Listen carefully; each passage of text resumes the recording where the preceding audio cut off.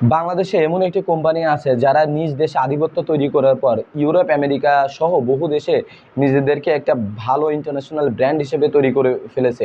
এটা কোনো বিদেশি ব্র্যান্ড না বা বিদেশি কোনো সাবসিডিয়ারি কোম্পানি না, এটা বাংলাদেশেরই ব্র্যান্ড ওয়ালটন। আজ জানবো কিভাবে শুরু এবং কোথায় কিভাবে উত্থান হলো ওয়ালটন এবং তাদের ভবিষ্যৎ প্ল্যান সম্পর্কে। ওয়ালটনের যাত্রা শুরু হয় 1977 সালে এস এম নজরুল ইসলামের হাত ধরে, যিনি একটি ইলেকট্রনিক্স দোকান থেকে ব্যবসাটা শুরু করে, যেটার নাম ছিল রিজভিয়ান ব্রাদার্স।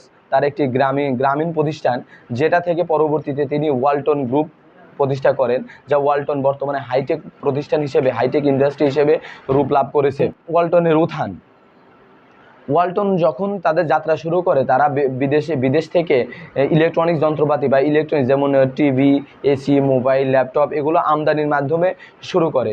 কিন্তু ধাক্কাটা দেয় তখন ওয়ালটন যখন 2008 সালে তারা নিজেরাই ম্যানুফ্যাকচারিং শুরু করে, যখন তারা রেফ্রিজারেটর বা ফ্রিজ ম্যানুফ্যাকচারিংয়ের মাধ্যমে তাদের যাত্রা শুরু করে।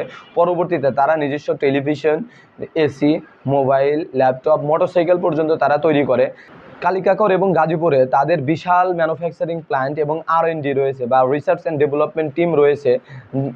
প্রোডাকশন সব কিছু এক জায়গাতেই তারা সেখানে করে। বর্তমান বাংলাদেশের ফ্রিজ মার্কেটে প্রায় 80% এবং টিভির প্রায় 30% তাদেরই। সাশ্রয়ী দামে কোয়ালিটি পণ্যই তাদের ইউএসপি।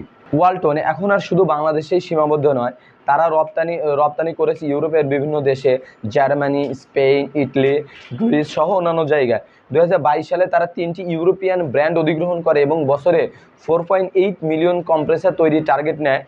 এমনকি সাউথ কোরিয়াতে তাদের একটি R&D সেন্টার খুলেছে। যেমন তাদের চিন্তাভাবনা, think big, act global, that's Walton now. তাদের এই স্লোগানে তারা এখন সামনের দিকে এগিয়ে যাচ্ছে। তবে প্রতিটা প্রতিষ্ঠানেরই কিছু আলোচনা সমালোচনা থাকে, যা ওয়ালটনেরও আছে। 2024 সালে একটি নাটকের স্পন্সর বিতর্কে পড়েছিল ওয়ালটন, যেখানে LGBTQ+ ইস্যুতে সামনে আসে। তখন তাদের বিরুদ্ধে জনরোষ তৈরি হয়, কিন্তু কোম্পানি দ্রুত দুঃখ প্রকাশ করে এবং দায়ী এজেন্সির বিরুদ্ধে পদক্ষেপ নেয়। তাদের রেসপন্স প্রমাণ করে ব্র্যান্ড হিসেবে তারা এখনও ম্যাচিউর। ওয়ালটনের ভবিষ্যৎ লক্ষ্য কী? প্রত্যেকটা প্রতিষ্ঠানের একটি ভবিষ্যৎ লক্ষ্য থাকে, ওয়ালটনের ভবিষ্যৎ লক্ষ্য থাকে। ওয়ালটনের টার্গেট একটাই, যে become a global Bangladeshi brand. তারা আন্তর্জাতিক মান বজায় রেখে গ্লোবাল মার্কেটে আধিপত্য বাড়াতে চায়। আগামী 5 বছরে তারা 30+ দেশে এক্সপোর্ট বাড়ানোর পরিকল্পনা করছে। ওয়ালটনের এই গল্প প্রমাণ করে স্বপ্ন বড় হলে দেশ থেকেও গ্লোবাল ব্র্যান্ড হওয়া যায়।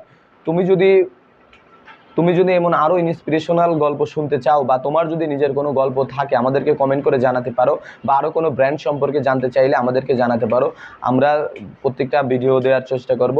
আর আমাদের ভিডিওগুলো যদি ভালো লাগে তাহলে অবশ্যই চ্যানেলটি সাবস্ক্রাইব করো, পাশে থাকা বেল বাটনটি ক্লিক করে দিও এবং লাইক শেয়ার করে তোমার বন্ধুদেরকে আরও জানিয়ে দিতে পারো আমাদের চ্যানেল সম্পর্কে।